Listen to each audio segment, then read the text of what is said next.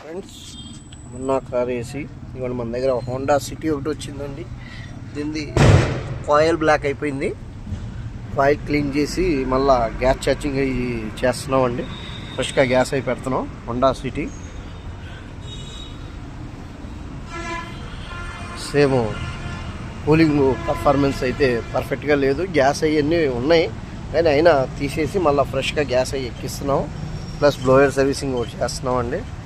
Honda city ఓకేనండి. ఉన్నాక RAC works నిన్న మనం విస్తా చూసాం కదండి. ఈ విస్తా ఇది అయిపోయిందండి కంప్లైంట్ ఏంటనేది ఇంకో వీడియోలో చెప్తాను నేను మీకు. ఇది ఓన్లీ దీని గురించి తీసి. ఓకే ఫ్రెండ్స్, ప్రస్తుతానికి రన్నింగ్లో ఉంది.